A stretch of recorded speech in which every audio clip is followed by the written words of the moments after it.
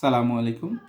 90 দিনের BCS preliminary প্রস্তুতির day 57-এ আপনাদেরকে স্বাগত জানাচ্ছি। সুপ্রিয় শিক্ষার্থী বন্ধুরা, ইংরেজি সাহিত্য থেকে আজকে আপনারা যে তথ্যটি পড়তে পারেন সেগুলো হচ্ছে ইংরেজি সাহিত্যের বিখ্যাত যে উপন্যাসগুলো আছে, নোভেলস, প্লেস মানে নাটক, ইপিক, মহাকাব্য, এলেজি, শোককাব্য এবং পোয়েট অর্থাৎ কে কোন যুগের বা কোন দেশের কবি সেইটা, এবং এর পাশাপাশি আপনারা যে কোনো বই বা ডাইজেস্টের মধ্যে এই টাইপেরই আরও দু একটা ছক দেখতে পারেন। গত ক্লাসে আমরা ক্যারেক্টার এবং কোটেশন পড়েছিলাম, আর আজকে আপনারা আলাদাভাবে ছক আকারে এই অংশগুলো পড়বেন।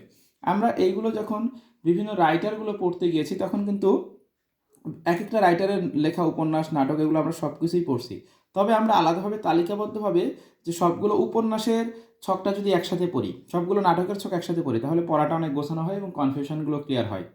পরীক্ষায় যেহেতু সরাসরি বইয়ের নাম বা রাইটারের নাম দিয়ে 5-6টার মতন প্রশ্ন চলে আসে, তাই আমরা এই অংশগুলো এভাবে পড়তে পারলে আমাদের জন্য অনেকটাই সুবিধা হয়। তো এই অংশটা শেষ করতে পারলে খেয়াল করে দেখেন আমাদের কিন্তু ইংরেজি সাহিত্যটা আজকে শেষ হয়ে যাচ্ছে। মানসিক দক্ষতার ক্ষেত্রে আমরা টপিক ভিত্তিক পুরো সিলেবাসটা শেষ করছি। বিসিএস প্রিলির সিলেবাসটা আমরা শেষ করে ফেলছি, যে প্রশ্ন সহগুলো সমাধান করার কথা ছিল।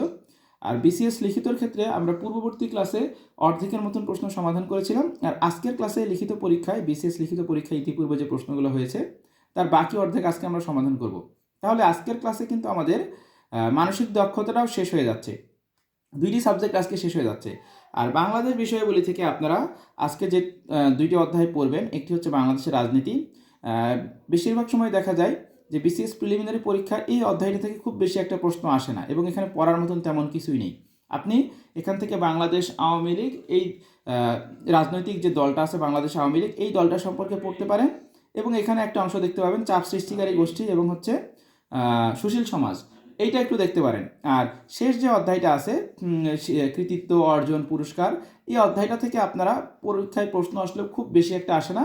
আপনারা এই অধ্যায়টার জন্য মাঝে মাঝে সাম্প্রতিক থেকে কিছু তথ্য আসে, সেগুলো একটু খেয়াল করবেন। আর বিশেষ করে স্থায়ী তথ্যের মধ্যে আপনি বিগত বছরের প্রশ্নগুলো খেয়াল করলেই বুঝতে পারবেন যে কোন টাইপের প্রশ্নগুলো আসছে, সে অনুযায়ী পড়তে পারেন। তাহলে আজকের মতো এখানেই শেষ করছি। নেক্সট দিনে ডে 58 নিয়ে আপনাদের সাথে আবার দেখা এবং কথা হবে। ধন্যবাদ সবাইকে।